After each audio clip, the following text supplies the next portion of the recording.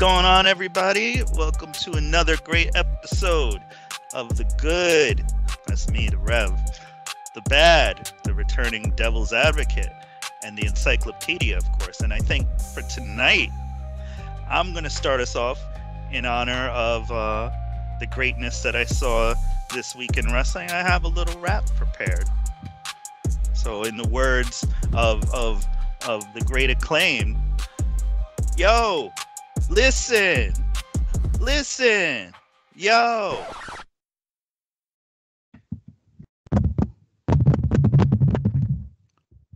I pressed the wrong button. I'm so sorry. Bitch. I'm back now. Thanks a lot. I hit the right button now. Thank you. Yeah. I think we did everyone a favor. I'm telling you, you think that? I'm telling you, not since the great Tupac Shakur have lyrics like that ever been said, and I'll never say them again. All right, I'm gonna hit the button again. Get out of here, Jack Perry. So, guys, we had quite the eventful week this past. It started on Saturday with Clash at the Castle. I want to get everybody's thoughts on the show overall. We'll start with the newly healthy and returning Devil's Advocate. Did you have a chance to enjoy the goings-on in Scotland? Yeah, I watched the show. I don't know. I was a little disappointed. Again, I think the build is always better than the show, and I think this meets that criteria again, in my opinion. I felt I don't know. I don't know about you guys. I was gonna put this down as a topic, but I guess I'll bring it up and we'll see if it has legs. Are you guys disappointed in Cody's reign so far? Because it seems like the chase was way better than the win. And to me, like, I love AJ Styles, but this feud just didn't do it for me. And especially this match, like, Cody picks up the stairs and AJ quits. Like, oh no. I'm like, he didn't even hit him yet. Like, you know what I mean? I don't know. It was a little. I thought it was a little bit of an odd ending. I thought it didn't make AJ look so great. I think he could have done a little better. To me, the Bailey match really never got out of second gear. I felt like they were kind of moving in slow motion at some points, and like I don't know. I'm not a Piper Niven fan, so I guess that match just didn't do it for me.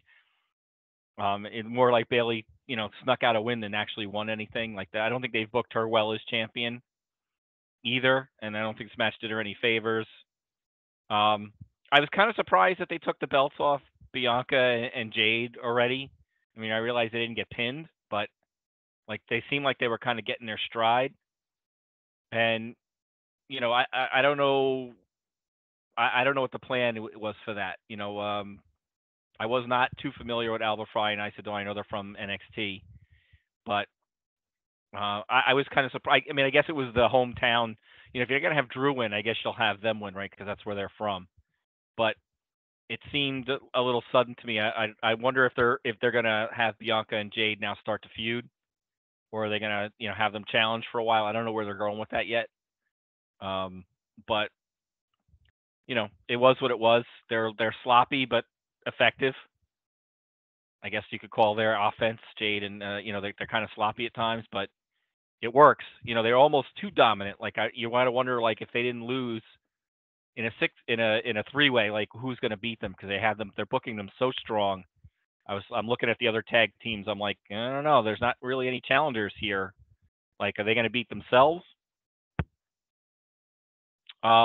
I thought the Damian Priest match was good. I mean, I think it was a foregone conclusion that Punk was going to interfere.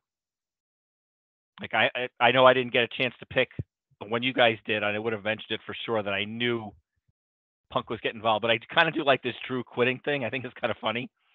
I think he deactivated his Twitter account today. So, like, they're going with it. You know what I mean? And I'm curious to see where that goes. I think that's going to be a good feud. And then the Sami Zayn match was good. None of us thought Sami was going to lose. And I see now they're setting up Breaker and a few other guys, which I like. I mean, I think Braun Breaker is going to be a great Intercontinental Champion. I think he's going to be the one that wins. And I'm waiting for Gunther and Braun really to get it on. That's the match I'm waiting for. So I think that's coming soon. Because I can't see him staying out of the title picture, either Intercontinental or World at any point. So I'm really looking forward to some of the matchups that Braun Breaker can, that's going to have on Raw. It was good. Like I said, the pay-per-view was fine. I mean, I watched it. I don't remember a lot of it. I knew we were going to talk about it tonight, and as I was driving home, I was trying to think, like, what did I think about the matches and stuff?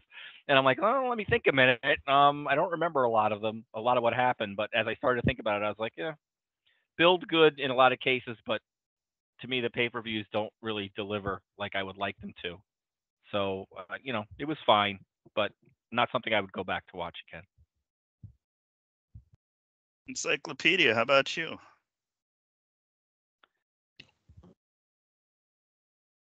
As far as the Cody title reign, and you also mentioned Bailey, I feel like, and I've said it several times, so I'm not going to get into too much detail with this. Cody's title reign reminds me of Shawn Michaels' first title reign. We're just lining up challengers, not really building them up. For Michaels, it was British Bulldog twice. Oh, wait, Cody, AJ Styles twice. Yeah, that's a good analogy.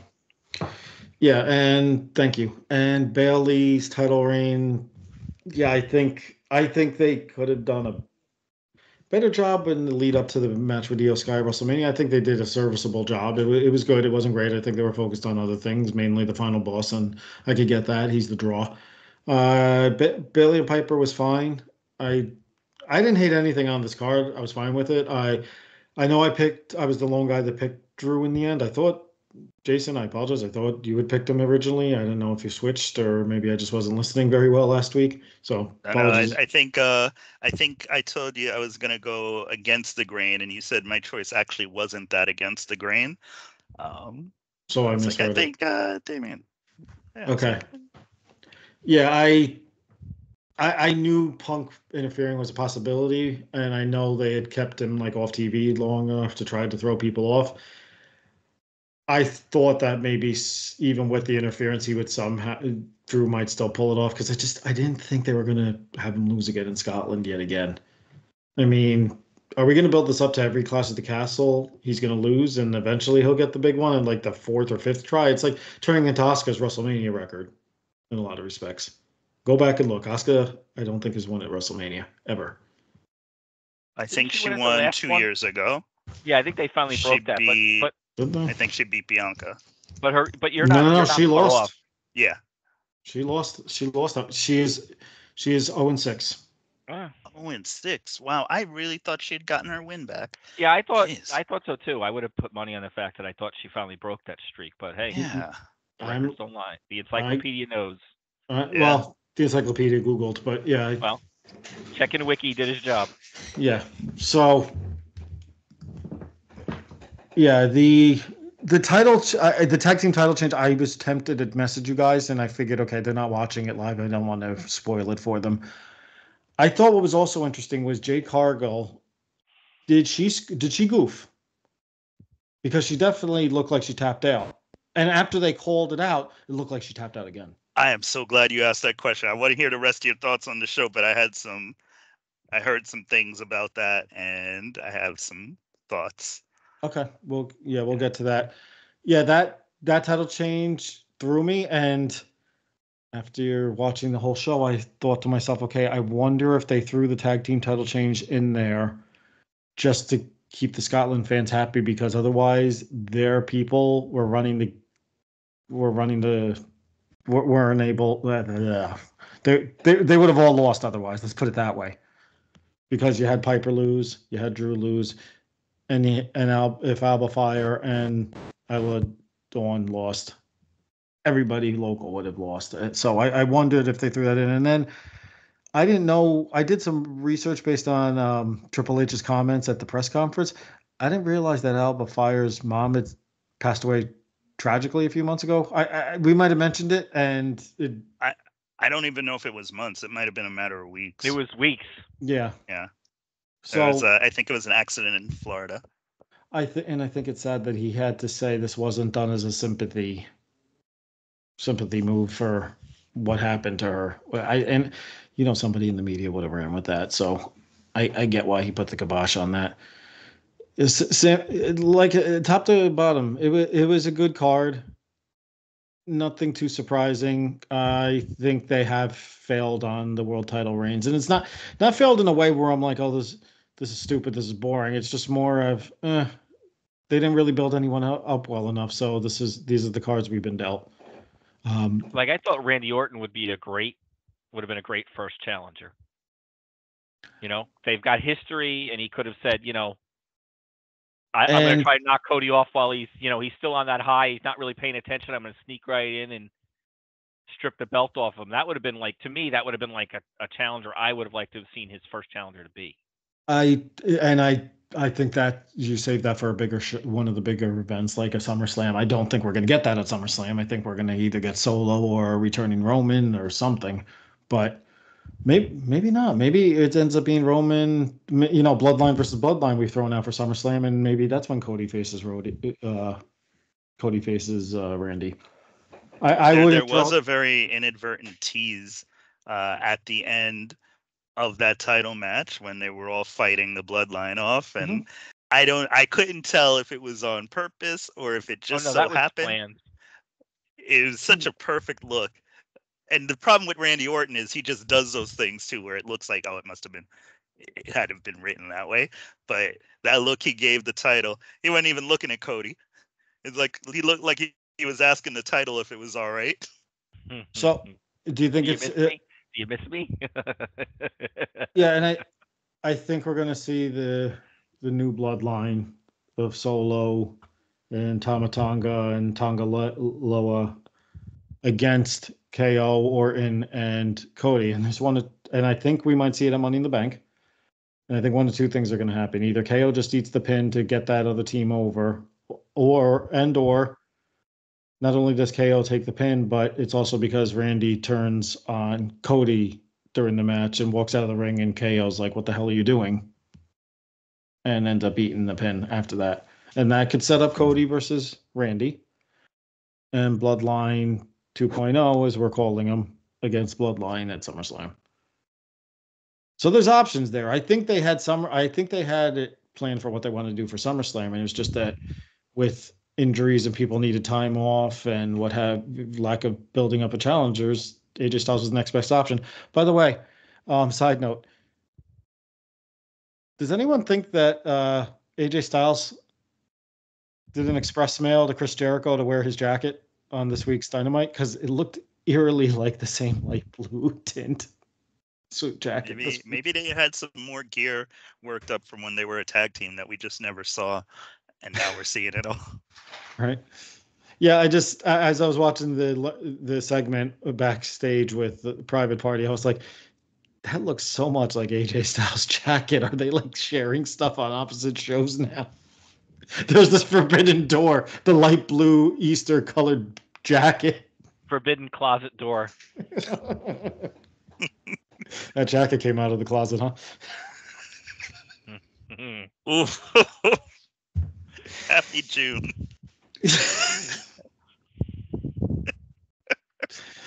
Okay, you were going into the Jade Cargill tap out. Yes. Okay. There was a bunch of stuff that we could pick out from that tag match. I think you used the term sloppy but effective. And in this case, there was some sloppiness that wasn't that effective. It started with Jade trying to do that springboard, which I'm not a fan of her doing that springboard anyway. I don't think she needs to do it. I think she's intimidating enough just stepping through the ropes. I also think she's partnered up with enough of a freak athlete that she never has to do that kind of stuff. But, okay, whatever. The match goes on. I think she probably stiffed Shayna Baszler a couple of times by accident or did something to piss her off because it looked like she really had her. And I'm not the only person that seems to think this. There's some people who think that Shayna might have been a bit pissed and really squeezed. And it just happened to be caught right there on the camera. But we don't know for sure. Hey, sidebar for a second. Does anybody think Jade Cargill's gotten any better as time has gone on? Because it seems like she's still making a lot of mistakes that someone who's been in the ring should like. Yes and When you no. but let me just add one more point to this, and then I want to hear what you have to say, Jason, and of course the encyclopedia. When you stiff somebody, that usually happens once, right? You realize, oops, too much. If you hit somebody 2 or 3 times during a match, now you're getting in like Stan Hansen territory.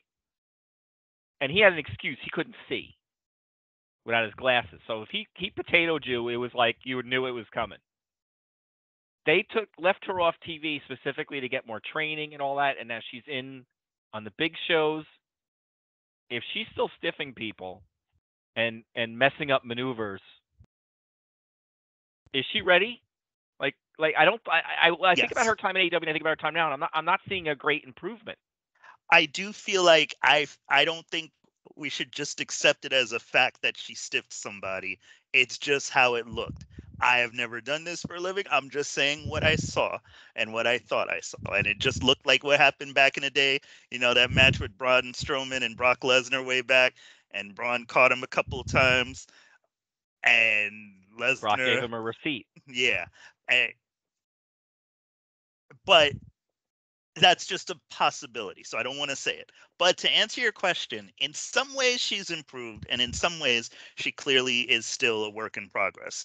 I think they've just opted to have her be a work in progress in front of everybody on that stage and have her sink or swim. And I think with her, it's probably the right direction to go. I mean, I won't know till afterwards, but yeah, there's some things. I also think she's presenting a different character than she ever had to before. And I wonder if there's some pressure there that she's feeling, oh, I got to show everything I can do. Because before I used to just stand in the ring and, do a pump kick and then my finisher. And I wonder if there's some part of that. Her performance center time did get cut short. And we're forgetting that not long after she was signed, she then left to go deal with similar to um what Alba Fire was dealing with. She had a family tragedy to deal with, and it was drawn out. So I don't know if she did get all that time, but I don't know if it matters what she did in the performance center because it's only what happens in the ring that counts. Like that's your experience. But that's just my thought. I feel like she's got a lot of work to do. They just want to have her do it on TV. What do you think about that, Encyclopedia? And I'll get back to the rest of those thoughts. No, that's fine. I think this has gone into Rob. I'm sorry, I'm bringing this name up because I know you don't like your. I think this is going into Ronda Rousey category. Mm-hmm. Jade Cargill was a big enough name that they could not put her on NXT to really learn properly. So they kept her off TV for as long as they could. But realistically, people were questioning, you made this big deal about this lady. You brought her in October and she disappeared to the Royal Rumble. So I thought the tag team was a way to help get her that experience that she needed while hiding some of the flaws. I think some people it just takes a lot more time. I don't recall if Jade was training before that tag team match with her and Shaq against Cody and who was it? Red Velvet, I believe, way back when Shaq went through the table. On television that was Jade's first match, but was that like the beginning of her training? We don't know that. I felt like when she dropped the belt, the TBS title to Chris Statlander, I believe. I felt like that was the best she looked during her entire run. So I think she was getting there. And then she disappeared for a while, and here we are. I think she's got potential, but I think it's going to take longer, to mold her, so to speak. I think it's going to take a little bit longer than what what we as fans would expect for someone that's already on the main roster. I think it's just going to take some time. So it's a matter of being patient and if you think she's worth it. I mean, she's definitely got the look. So I think that's what they're banking on right now. We'll see. But you asked that question. What do you think? Sorry, I didn't mean to interrupt. Go ahead. No, go ahead. I was gonna say, you asked a question. What did you think about that, Rob? Like, what do you think? You said you haven't seen the improvement, but where do you think she is, or what would your suggestion be to do with her at this point? Well, I mean, I think now that the belt's off her, I think you should take her off TV. I think they should injury angle her out and give her 3 more months of training and bring her back for the next whatever. I think she's dangerous. I think there's need to work on your technique, and then there's possibly could hurt the people you're working with in the ring. And I think if this is if either you're going to hurt yourself or somebody else, they need to take her off TV for a while and let her work some of those kinks out. I don't think she's gotten any better. What are some examples of her being a danger to others? Because now we're getting into first run Nia Well, you Jax just talked territory. about the match. She potatoed. Possibly. Possibly. I didn't say that as a definite. I'm just saying what I thought. Okay, Yeah, that's well, not the that story could have been we've heard. something you saw on Reddit or Dave Meltzer. Yeah. Okay. I mean, Well, I can't check because I'm still blocked by the son of a bitch. Not that I give a crap. If she hasn't hurt anyone, then I retract that statement. Okay. But if that came out, if she did, or look, if she's maybe they need to take her moveset down some. I agree with that 1,000%. Maybe less high risk moves and more just power moves, and lessen her ring time. Let Bianca take more of the ring time and use her more sparingly. Then you if know she's not whose hurting moveset? anybody, then what's that? You know whose moveset she would, or who she would do well to try and emulate?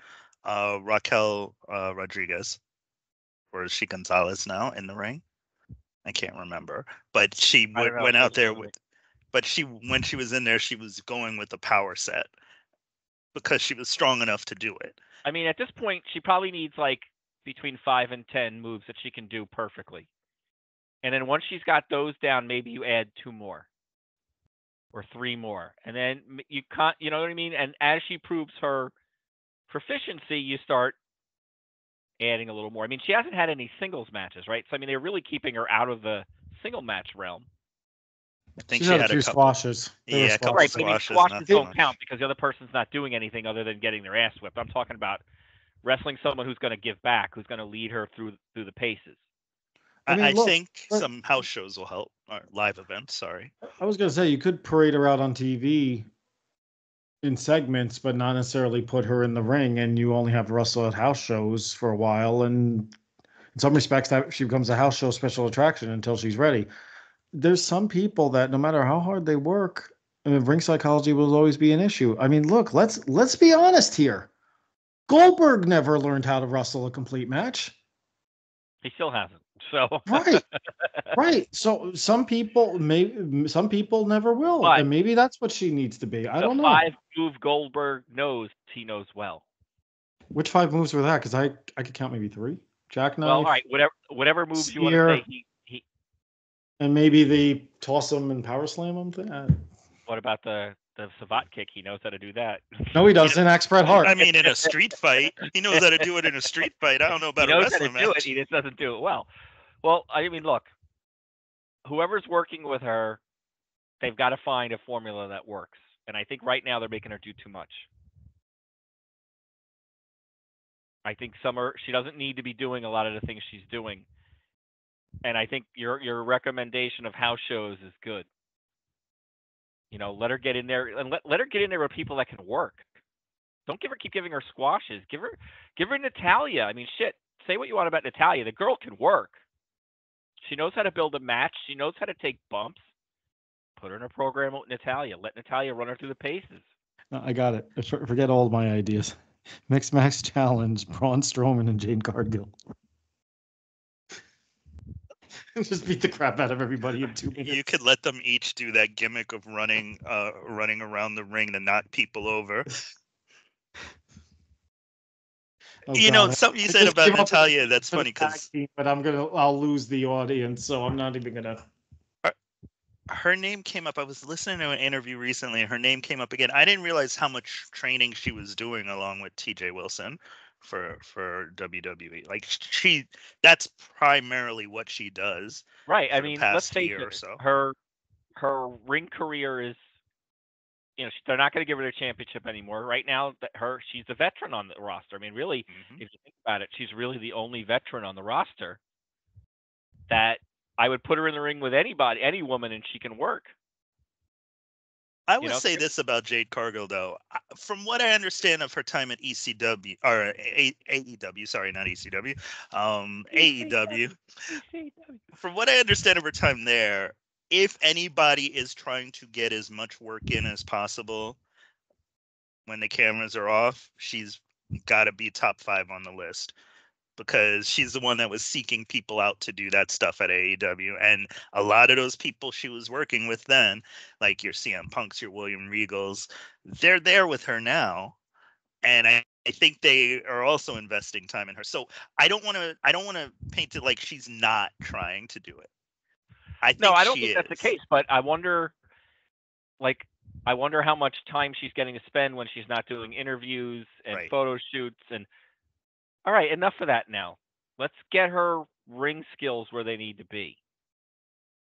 Let's That's come fair. up with a plan and say we want her to be here in 3 months. We want her to be able to do 25 moves perfectly. I'm just throwing numbers out in 3 months. Because by the time we hit this pay per view, we want her to be in this match doing this. We want her to be able to go 7 minutes. We want her to be able to go Well, 10 minutes. Yeah. I don't know I what the think plan that's for it. her is. If they're going to have her beat Bailey or whatever, then set the goal. By the time we hit Survivor Series, we want you to be champion. So we need to come up with the steps that we're going to get there. Right? We need to set up opponents. We need to set up the angle. We need the whole 9 yards. And let's make sure I she do can. think they want to build her up to beat Nia Jax. It's judging by what they did at the Royal Rumble. I've been theorizing that they want Nia Jax to take that belt at SummerSlam, and they want Jade Cargill to take it off at her sometime late in the year. But she's got some work to do before she I mean, can let's face get it. there. As much as we don't like Nia, she's gotten better. I ain't got nothing against Nia. She ain't Well, done nothing look, to me. He the did. general consensus of wrestling I is that did. she was dangerous and careless. Yes, no, I get what you Okay? mean. Yes, And that's very true. she is now neither. And where I don't love her character, I can at least admire the fact that she's figured it out. Hmm. She's dropped some of the things that she used to do, and I mean, that move she did where she fell on, I forget who it was, on the top rope, that looked like Lyra, murder, poor Lyra, rip Lyra, right? R.I.P. But didn't hurt her, Nope. and I'm not sure the old Nia could have pulled that off. So give her the credit she deserves. You don't hear that complaint anymore, And right? I She's think not that's hurting the key people, there. right? But I mean, how There's did that work? time, She worked on it, right? She went back right? and worked on it. I would think. I'm guessing. I'm Yeah, not with her every minute, but I'm guessing she went back and worked on it. And I think Jade can do that. I think it's possible, but sloppy but effective is what I see, and that's a fine line. Sloppy can very quickly become dangerous. And when you're trying to make it look good, sometimes you make it look too good, and that's how people get hurt. it's So, and fair. I don't That's want fair. her to get hurt. I don't want her opponents to get hurt. So I think they need to you take it back a notch, right? You move it back one and say, you know what? No more off the top ropes for now. I'll be They're going to honest. be. I've been more Well, I don't worried know why about her she's not hurting ground herself. based. She should be doing like the Andersons used to do. Like, I'm going to break their arm, break your arm, rip your leg off. She should be doing those type of moves. Let Bianca do all the flopping around. She can do it. And then as time goes on, you can start incorporating. I think they're making a mistake trying to make her do all these off the top rope and these jumping around stuff. Let her be the ground based. I'm going to ground your face in the mat. I'm going to rip your arm off and take it home with me. With that kind of strength, that's where I'd be going with her. I mean, look what they're doing with Breaker, right? Breaker doesn't do a whole lot of movers, but man, what he does, it's impactful, and he's really ripping people to shreds. That should be her. She shouldn't be doing, flopping around. I mean, she doesn't look like that. She's a powerhouse. You do power moves. Like, they didn't have Mark Henry doing all this flying around the ring stuff. He beat the crap out of you. He picked you up and threw you all over the place. That's what Jade should be doing. So I think they're trying to move her too. I think they're trying to move her too fast. Bottom line. Too much too soon. Yeah, I think in 3 years from now, with the right type of training, she could be maybe the greatest of all time. Arguably the greatest of all time. Maybe. Well, but if she's going to start hurting people or hurting herself, then And I mean, she's not a young girl, right? She's on the older side. So I mean, Mm-hmm. your window for her is not as large as some of the other women. So you want to make sure that you're bringing her up right. So that would be my thing. I would want to take it back a notch and let her. I want her to do a more ground-based attack, Right. especially while she's teaming with Bianca. Bianca could do the cartwheels and the flips, and it's seamless Mhm. for her. I mean, right? She's like a freak. She's so good. I mean, yeah, she's the elite level athlete. Right. So yeah. So we don't need two of those. And I mean, if they do feud, I mean, what a feud that would be. It would be, it'd be like Grace versus Power. I gotta tell you, I did not expect us to do 15 minutes on Jade Cargill and her future in this year, but I mean, when you frame it this way, I mean, it's a thin line between them really doing something great with her or kind of dooming her for mediocrity. Well, I still lean on the side of, look, they're gonna figure this out. She's gonna figure out who she is in the ring. They're gonna figure out what to do with her, and later in this year, you're gonna see her doing some great stuff. I you mentioned the hurting herself. I am. That's when I see her doing that springboard, man. I'm just like, you don't need to do it. You don't need to do certain things. Don't hurt yourself out there. I mean, I don't think she'll ever be mediocre, Not as a and but she may never reach her full as a potential. presentation. Yes, that's what I mean. I don't want to see her be a coulda, but that's enough. Basically, aside from all that, by the way. Can we move on? I'm getting jaded. Yeah. Wow. Oh, we needed a mic cut 2 seconds. Oh my god. Late. But aside from that, my thoughts on the rest of the show, Clash of the Castle, kind of mirror what you guys were saying in a lot of ways. But I liked it. It was fine. I enjoyed it. A lot of the builds around it were a lot more. But yeah, I'm kind of glad we went in that path. Let's move on to the next night, however, on Raw. Because you mentioned Braun Breaker not doing a lot in his matches, but he had a pretty long match. Like, I think it was like a 3-segment match he had with Sheamus, but it's Sheamus, so you can put him in there with that. And he knows how to do a long Raw match at this point. He knows how to have banger after bang banger after banger. Yeah. Okay, go ahead. Sorry.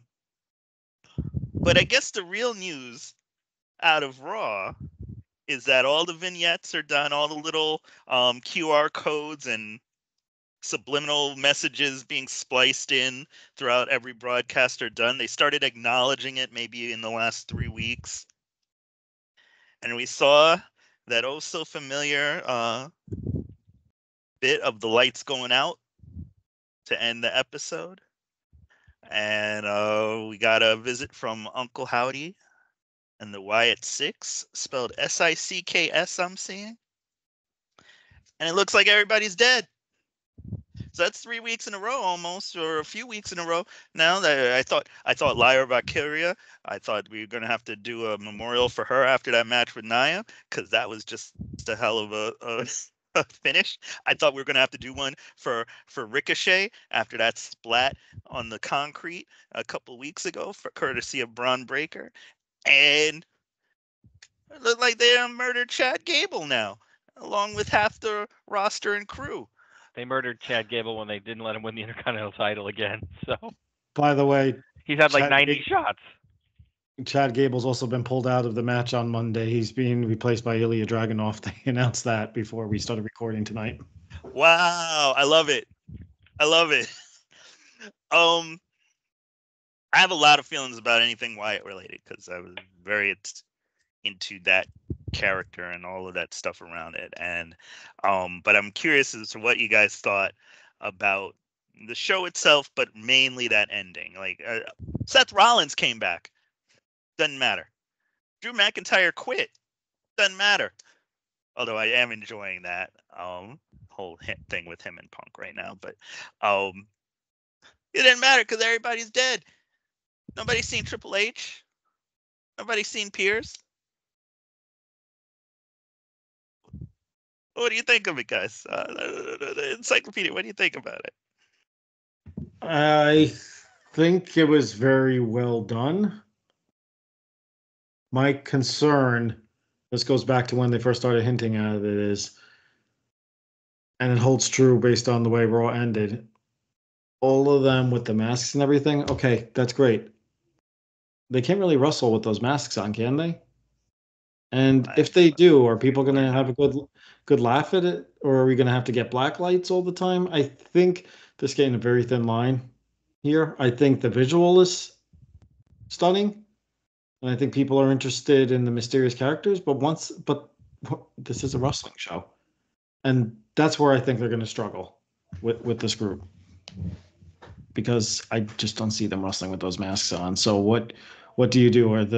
If you spin it that those masks are just a symbol and then they wrestle in the normal faces, I guess that will work, but otherwise I'm not sure what they're gonna do. I don't know if I fully believe in this. See what I did there? I see what you did there. I see what you did. Yes, but you didn't say his name, so it's okay.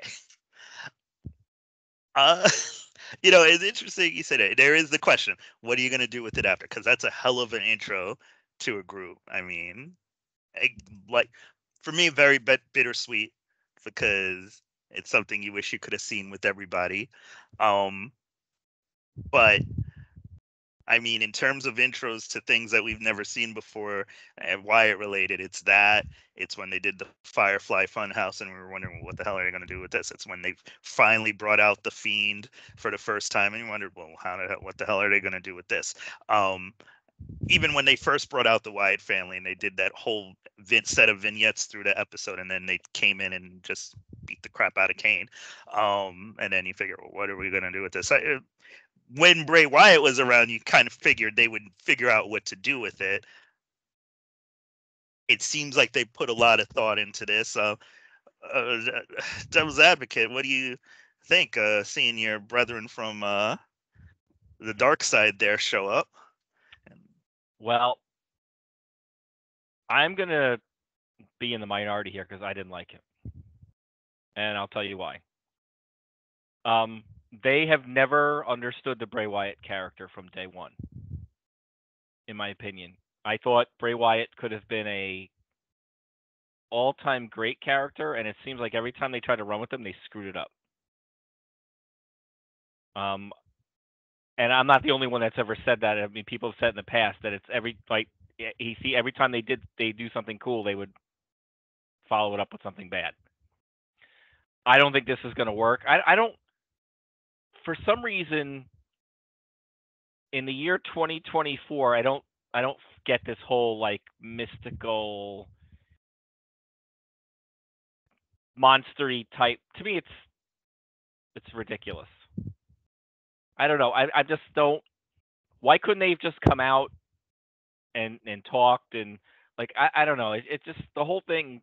I was watching it and I was like, really. I guess because I don't have any faith in that they're going to do it right. Like Anthony said, I think in the end, I think they're going to screw it up. And in the end, it's Bo Dallas and Nikki Cross, who we're not winners. We know who they are, and they were not heralded as great wrestlers when they were Nikki Cross and Bo Dallas.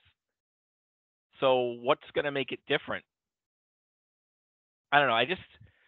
People were like, I saw this and I was crying. And look, don't get me wrong. I thought Bray Wyatt was a great character.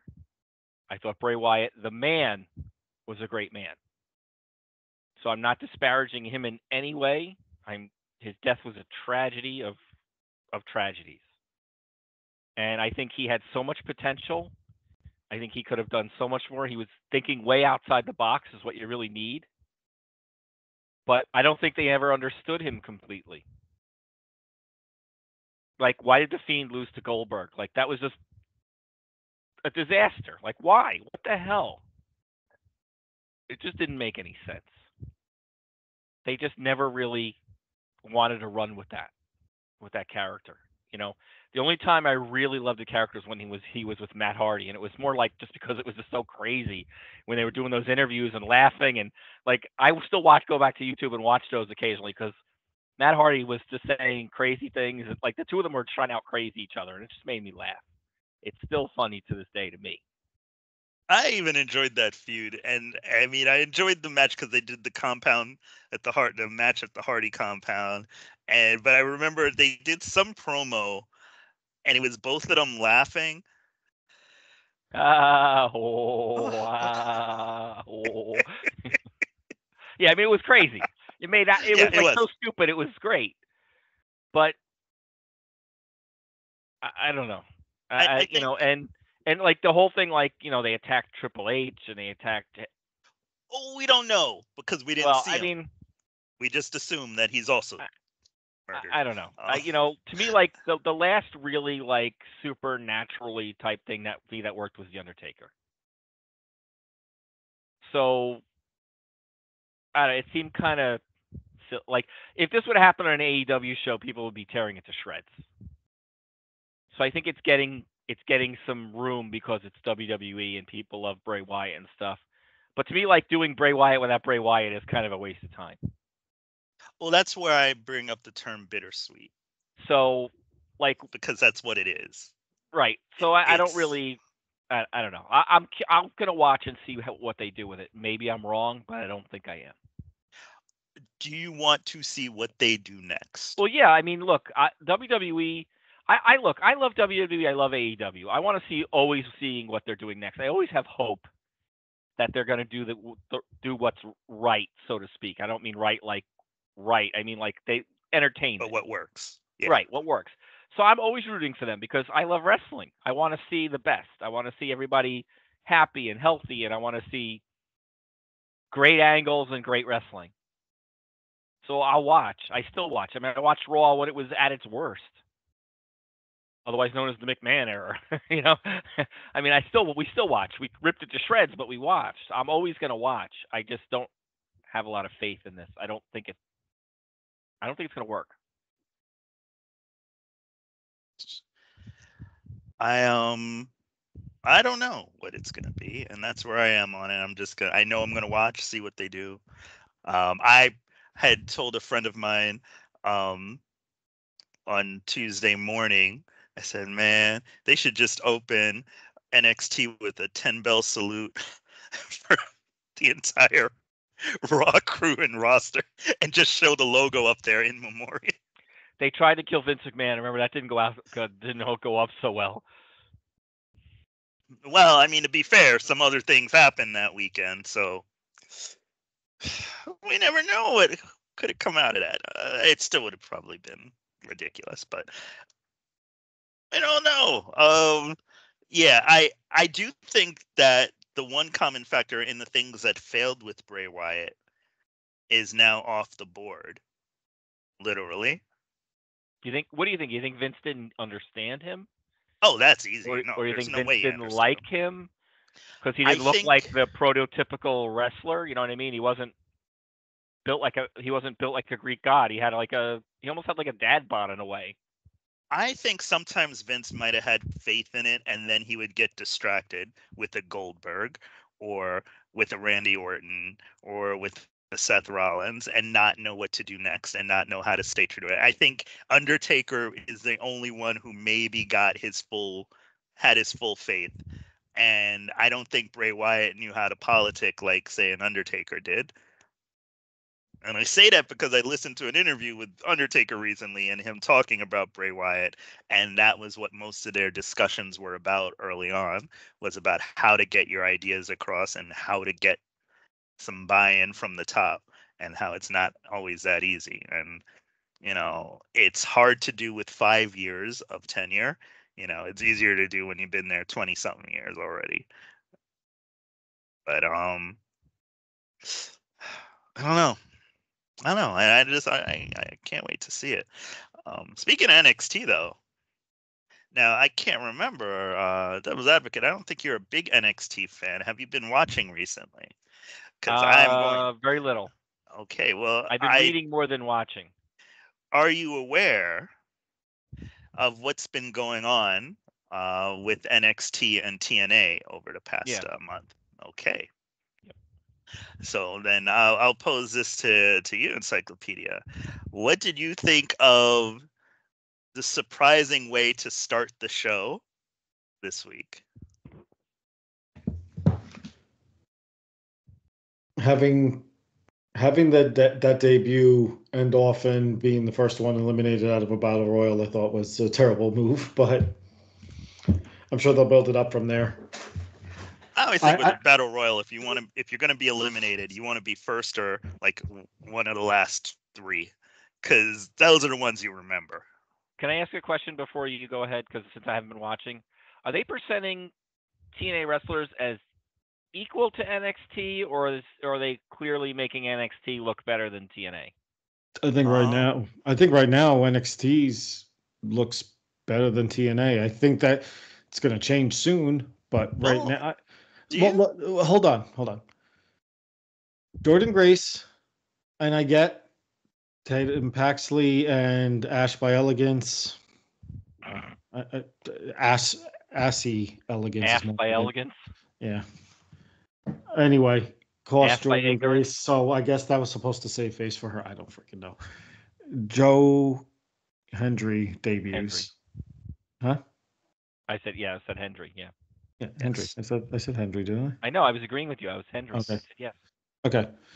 So he debuts, goes out of the Battle Royal early. Now, apparently, I don't know if you guys saw it, there's a video of him going off on Shawn Michaels after he steps through the curtain. Oh, yeah? Elimination. Yeah, so that's out there. So I thought that was interesting. And then Jordan Grace has the open challenge at Against All Odds last week, and the challenge is answered by Tatum Paxley. Really? Mm-hmm. Well, really? I mean, they pretty much wrote that as what was going to happen. You could have had Tatum and literally Ash ran by away with the belt. Elegance. I don't know. You could have had Tatum versus Ash by Elegance for the #1 contendership and have Roxanne Perez being like, hey, maybe I could walk off with 2 belts now and have her be the challenger and lose that. At least then it would be 50-50. I get 50-50 booking isn't always favored, but at least in that case, it would help TNA look stronger than it did. The other thing is, did anyone notice who else was in that Battle Royal that they barely mentioned? What do you mean in the Final Four? They mentioned Frankie them quite Kazarian? a bit. Yep. He was the Final mentioned Four. them until the end. They talked about him a good amount in the middle too. I don't think they gave it enough. I felt like the first half they barely mentioned him. Like I was sitting there, I was looking at there. I was like, is that Frankie Kazarian? And they're not even mentioning him much. I don't know. I thought that was a miss. I don't know. I think the jury's still out on that. I think right now they've made NXT look stronger, and I'm curious how this helps TNA. I mean, the problem is NXT's on a bigger network. It's part of a bigger company, so maybe that's why. I mean, I don't even know what channel TNA's on anymore. Is it still on Access TV? I don't even know. And I think there's a rumor that they're switching networks, but I don't remember. I remember hearing something about that a while back. Yeah, I'm checking, but my 2 problems with Forbidden Doors. Okay. It seems like WWE and AEW have the same problem as where they don't want to lose to their smaller promotions. Right? AEW has been kicking CMLL's ass in just about every match. Most of the New Japan guys come over and lose. Right? And now you're telling me on NXT the TNA guys are not winning anything other than maybe Jordan Grace. What's the point? The other point I have is there's no Japanese wrestling on American TV. So what benefit are they getting out of this? And like Anthony just said, what channel is TNA on? I have no clue. So how are you bringing eyes to a product to a channel that nobody can get?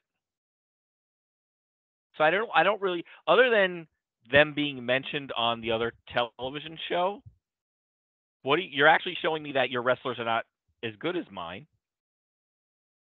And I want to watch TNA. What channel? And where do you get that from?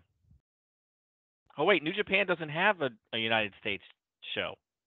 How am I going to watch Naito, Okada, Tanahashi? I can't watch them unless I buy their pay-per-views. So I don't really and I don't really get it. And like AEW show, I noticed they stopped calling it AEW versus New Japan. They're just calling it Forbidden Door because now we're getting CMLL guys, right? Because MJF is wrestling. I forget the guy's name. No disrespect, I just can't remember it. There Hariko, was such or a quick intro. he was on. And He's part of the Don Callis family, I think, or out no, of the he's part blue. of the Gates of Agony. Sorry, and I can't remember his name. I know he's a good wrestler and all that, but I can't remember. I've only seen him twice. I can't remember his name. He's not New Japan. So, you know, at some point you got to let the other guys win a little bit to make it competitive. Otherwise, why do I give a shit? Right? I mean, if TNA is going to be on NXT is not even considered the best roster. So you're telling me TNA can't even beat my new kids? Why do I care? Why do I care if the Combat Club is fighting CMLL guys when they're kicking their ass every week? What's the difference? You might as well throw three anybody's in the ring. It's the same thing. There's got to be like I don't have to say 50-50, but there's got to be some kind of concession on the bigger guys. Otherwise, why do I care? Right? I mean, why do I want to watch the Japanese guys lose? Why do I want to watch the TNA guys lose? Who cares? You know, I mean, I don't know if you guys agree or disagree, but to me, it's foolish. It seems like if I was TNA and he said we're going to put you on NXT, but all your people are going to lose, I'd be like, well, no, then. Or like, you know, how do they determine who comes over and who doesn't? Because the top TNA guys are not on NXT. Where's Moose? Where's Chris Sabin? I think Chris Sabin might be in AEW now, so let me take that back. But where's like Moose? Where's their 5 top guys? Why are they not wrestling there? I think the Motor City Machine Guns signed with AEW, so I think they're gone from TNA. Did they? Oh, yeah, I think they did. That's that. Or they're going to. I think that's the rumor. So this Forbidden Door stuff to me is crap because it's not being done right. Interesting. Hey, That rumor is 2 months old, by the way. About I mean, the machine guns? They may be getting ready to debut at some point, but the rumor I heard is that they have signed. They're just getting ready, getting them ready to I think they're finishing up independent commitments. I don't know. That's the last I heard. So, Reverend, am I full of shit or what?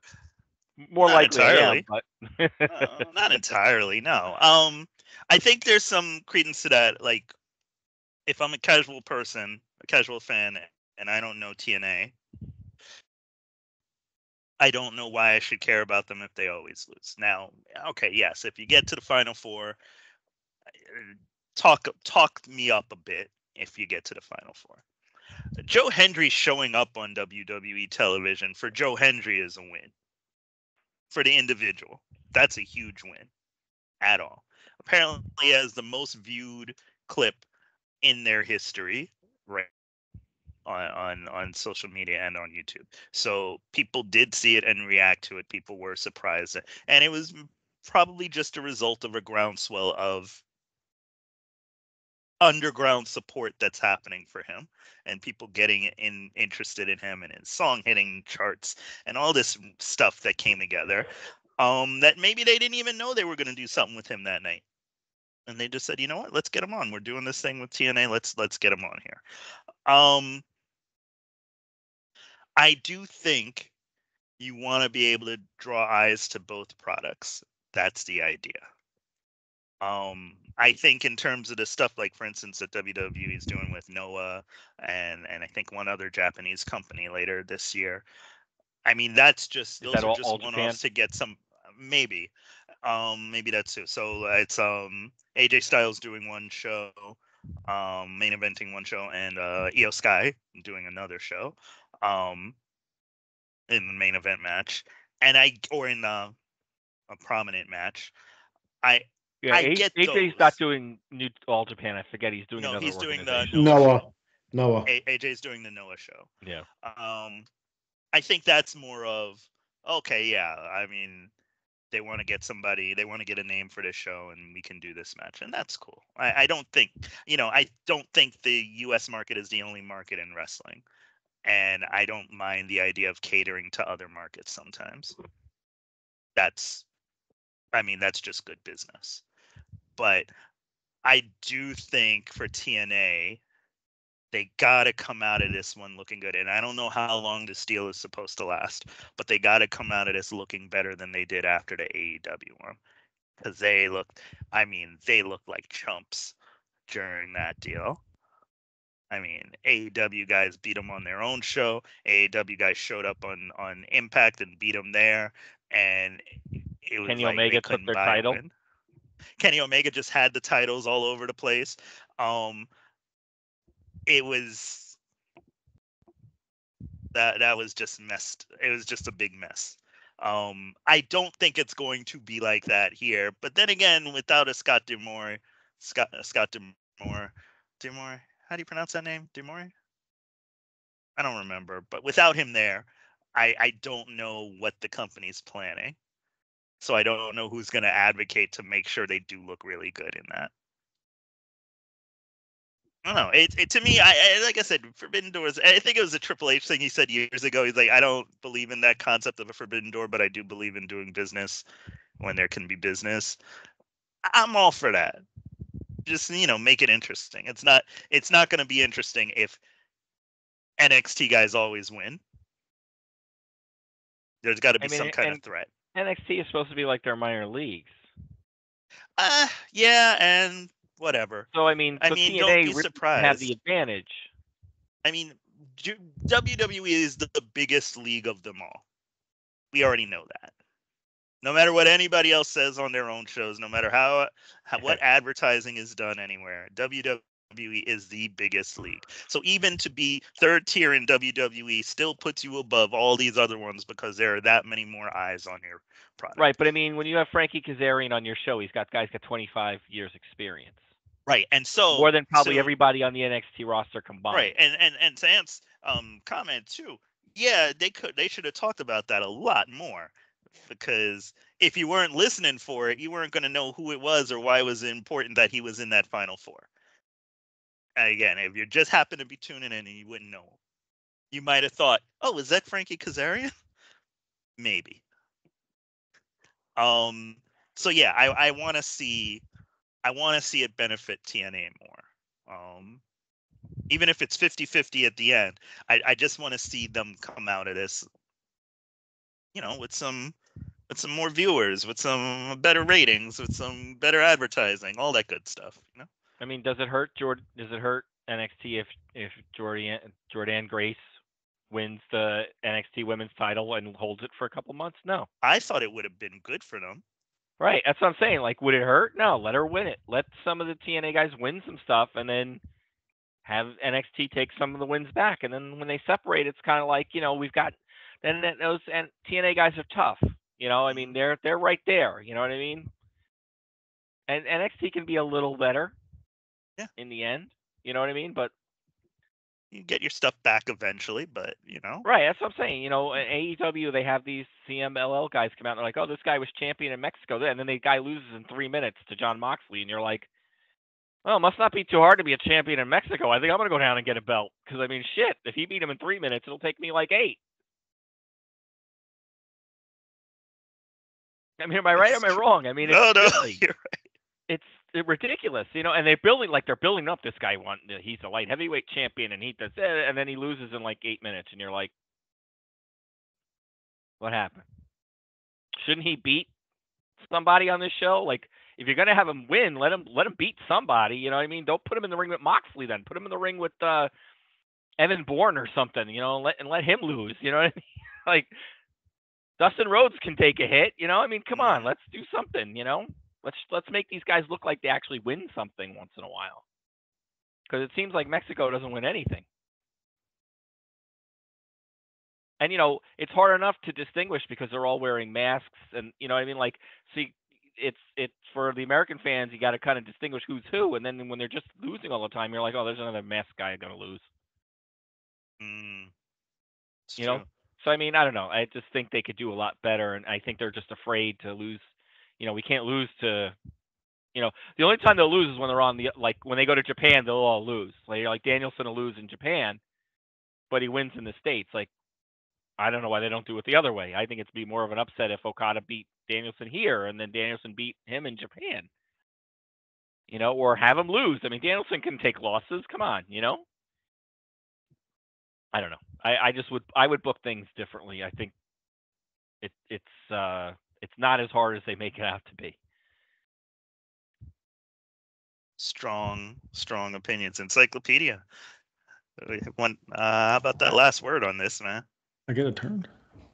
You gotta jump in, dude. Yeah. You're just sitting there. I'm trying to be respectful and not let my my theory that I have ADD get in the way of me interrupting you guys 100 times.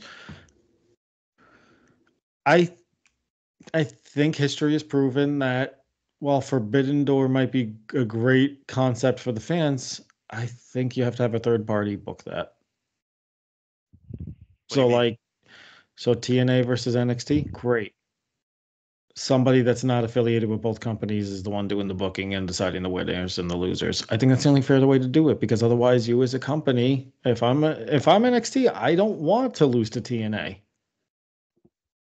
and I'm the bigger company, so I'm going to have my NXT guys go over TNA. Well, what if there was an independent body like a Scott D'Amore who's not affiliated with TNA anymore? I know he can. I think it's come out that I think it's not until January of next year that he could sign with another company. Yeah, he's in a non-compete from what I read. Okay. Yeah, so that's why we haven't seen him. But that's what I'm trying to get at. Like, the question's been asked to specifically AEW guys. Could AEW and WWE be a thing now that an AEW versus WWE Supercard? Is that a possibility? And the theory is they're closer now than they've ever been. But if they ever did that, how do you decide who goes over? You need a third party. Huh? Names in a hat. Here's MJF. And Cody, put the two names in a hat, shake it up. Whoever's name comes out is the winner. Yeah, even then, I don't trust either one of them to pick the names. So I'm all with that third party. Hey, wait, this says Cody twice. Wait a minute. So be that as it may. This Forbidden Door, and I've been saying this, Wrestle Dream was another one. AEW specifically running so many cards when they try to build their company, at least the pay-per-views, a lot of those matches, they're advertised as dream matches that the fans all want to see. It's not that exciting if you're running these cards so often. A once a year thing might be pushing it, but like AEW is running pay-per-views. What are we? Let's be generous and say every 6 to 8 weeks tops. Sometimes it's less than that, but we're not at 12 a year. Let's put it that way. Sometimes there's only 2 weeks between shows, though. I think they fixed that issue. I think it's 3 weeks now, between All In and All Out. But anyway, be that as it may. I think in AEW's case, they've run so many of these damn dream cards, they're out of options already. And it shows. When MJF, I'm sorry, was rushed back because ratings were suffering and ticket sales were suffering. That's the rumor. I don't always believe dirt sheets. I think this one has some validity to it, especially with who the freak is MJF facing at this Forbidden Door. We were just talking about it, right? Hurricane or something or other. Yeah, we're still guessing the guy's name, and honestly, I'm not looking it up because I don't give a shit. Roosh on Dynamite. Even that, I was like, wait, so you rushed him back to take out Adam Cole, who can't wrestle, and you rooshed him back. Very good. Very good, Rob. I like that. But yeah, I was like, they rushed him back for this shit. And now there's the hints of him and Ospreay, and I was like, can we make up our minds what we're doing here? They can't. And then going into AEW, let me take it a step further. We had Ospreay do a run-in at the end of the show. I think it was to help Garcia and Magic Matt, and MJF did a run-in, and I'm sitting there like, all right, at least MJF has been announced to face this other guy. Why the hell is Ospreay in there all of a sudden? And then I think I read somewhere that Ospreay's teaming up with, I think, Garcia against Gorillas of Agony or something. And I'm just like, and I think they're setting up Garcia to face Ospreay for the international title, maybe. I mean, they haven't even said what happens if he beats Swerve. Does he get both belts? Okay, so Rob, I mentioned this on previous episodes. I know you didn't bother listening. I know you didn't put that effort in. Let's be honest here. Oh, okay. I don't know why you're attacking me all of a sudden. I'm just saying. It's kind of fun. Is it true? Kinda. Am I telling the truth? I have not listened. No. Tell me when I'm telling lies. Are you talking? So I've been saying we got Osprey and Strickland, Swerve, at Forbidden Door for the AEW World Championship. An international championship is not that far off in meaning from world. If you look up international versus world definitions, there's slight differences, not much. Why aren't we just unifying the damn belts and getting it over with? Because I don't know why they called it international. I don't know why they didn't call it US or. it wasn't it all Atlantic originally, and then they rebranded it? It was all Atlantic. So I mean, at least that was smaller in stature. Well, I guess it was supposed to be like their Intercontinental belt. But then, and what's Okada got? Is that the Continental Championship? Right. I'm like, what? I forgot about that. You know what's scary? People have to feel like they're on equal. Yeah, go ahead.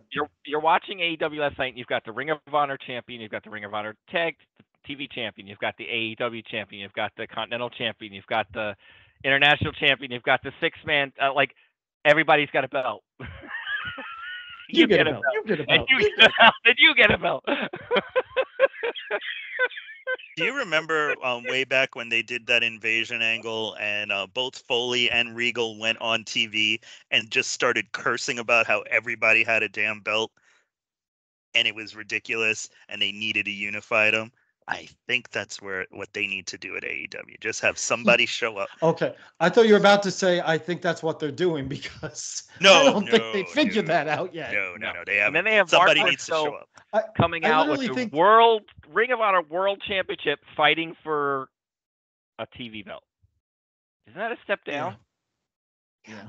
And that's the other, another question I have.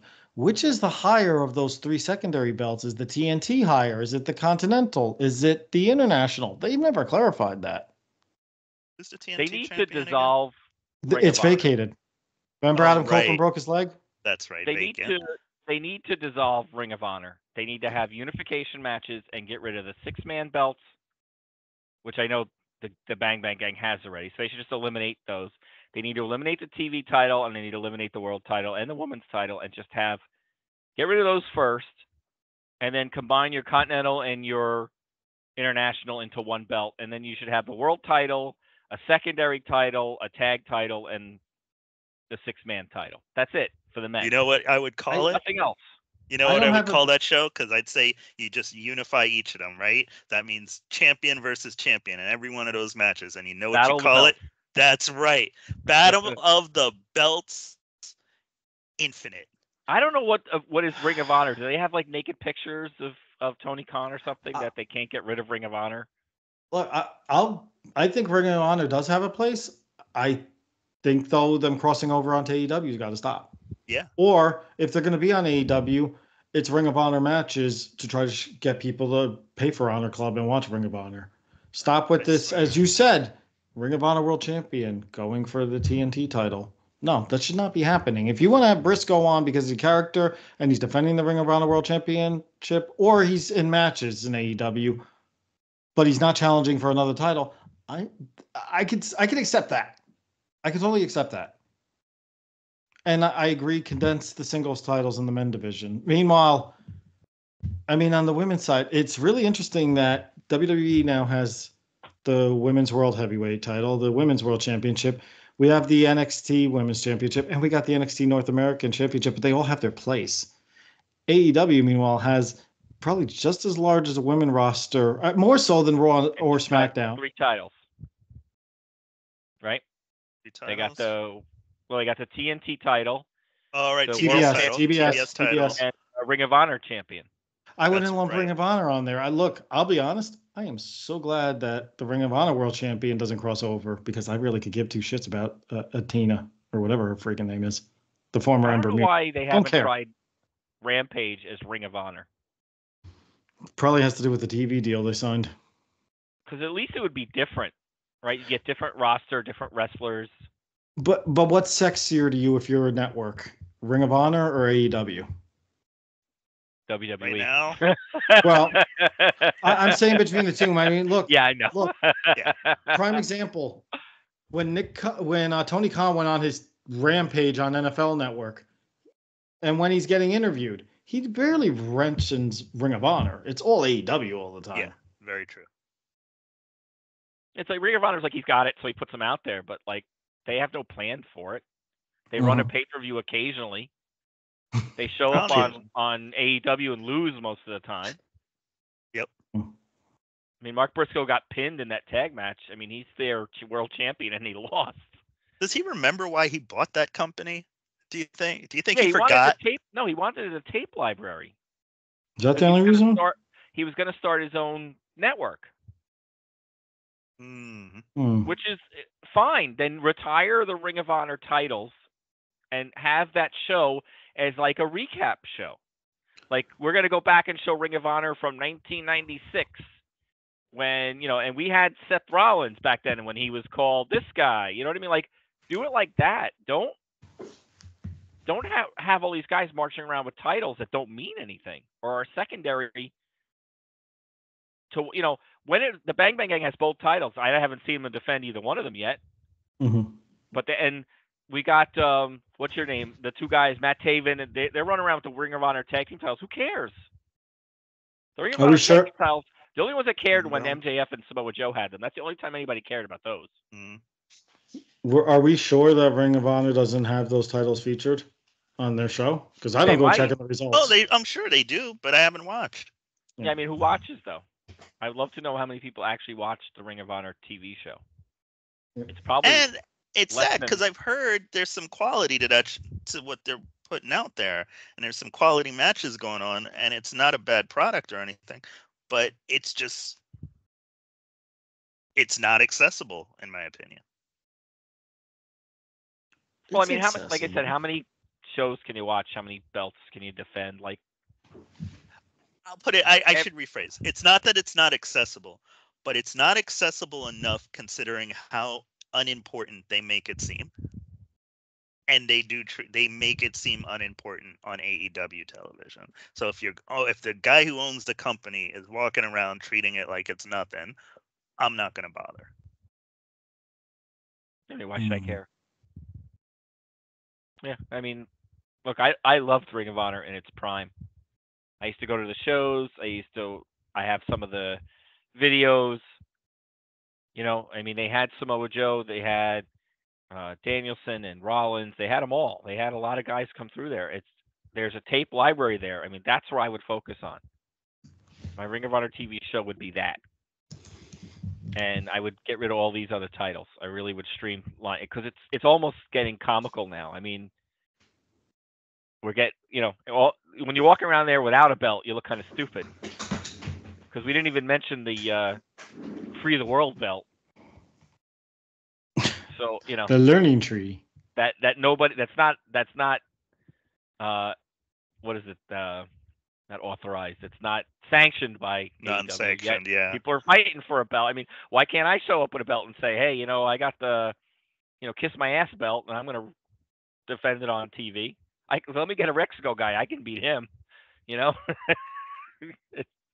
It just, I don't know. Ring of Honor. It's so, to me, it's what I like about Ring of Honor is you're never going to. What I like about AEW is you're never going to know what you're going to get from week to week. This week was hysterical. There were some really good matches and some funny segments. Next week it could be a dog shit show, and then the following week it could be great again. You never know what you're going to get. Speaking of good segments, I have enjoyed the segments with Samoa Joe, Hook, and Shibata. I think they have good chemistry, but Shibata with the AI voice going on, I've been enjoying those three together.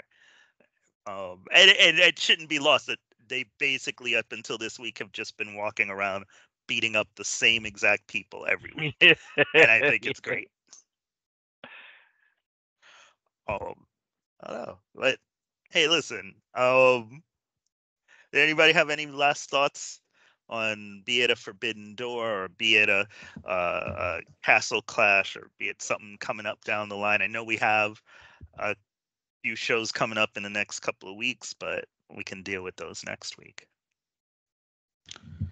No, I'm good. I'm telling you, the Ring of Honor sign up for the Honor Club is so buried, it's not even funny. Like, I'm on watchroh.com now, and I click sign up, and it wants me to create an account. Doesn't tell me what the price is yet. I hate when services do that. Just give me the freaking price. See, but that's like The that's rumor is telling it's me $10. don't do it. That's like it's telling you don't do it. And Yeah, if it's only $10, that's not a lot. But it's Yeah, but when you could get Peacock for Don't. $5 and get, I was gonna say, why would I pay for Ring of Honor when I can get AEW, I can get Raw, SmackDown, MLW, Women of Wrestling. You could get MLW. I don't have that. Yeah, I channel. get MLW on one of my channels. I get it a few weeks old, but I get MLW on. I forget what channel it is. I Actually- found it not too long ago. Yeah, I think that's pretty cool. I think yeah, I Women think of you're right. Wrestling is on Saturday night at 11 on channel 80 here. Why would I pay for Ring of Honor when I can get all this free content? And like Anthony said, for $5, I can have Peacock. Peacock. Now, if Ring of Honor was $3, I might pay $3. You might. But would you sign up with a new account and then find your Well, yeah, way I to create pay? an account. It would be IHateRingofHonor.com. No, I don't hate Ring of Honor. I'm kidding.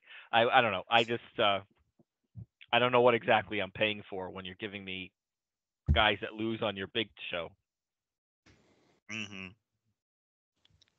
That's the key. Is it still? Are you still navigating through it?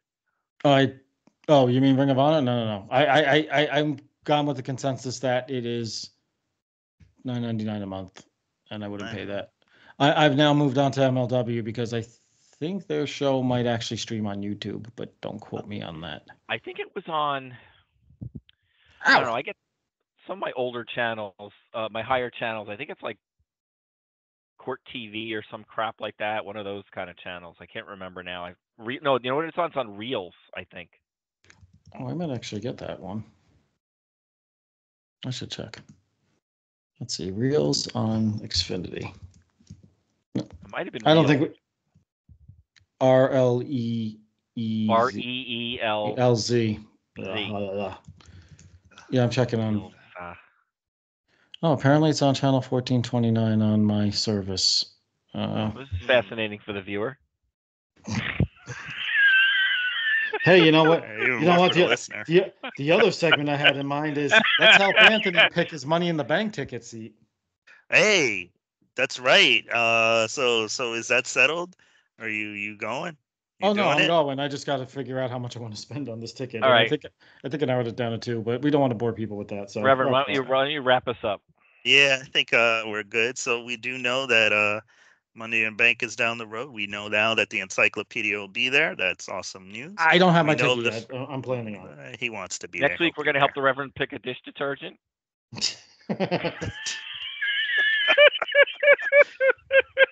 Is that why he's wearing his tank top? Or I want the one that softens hands while you do dishes. God. Oh, Lordy. Oh, wait, on that note, in very famous words, that's it for this week's show. Follow us on YouTube, the Sports Frenzy Podcast. Just search for that. On Twitter, X. I can't call it X. It's stupid. It's Twitter. Sports Frenzy Pod on Twitter, and the Sports Frenzy Podcast on Instagram. And we will be back with you all next week. So thanks for joining us. Peace.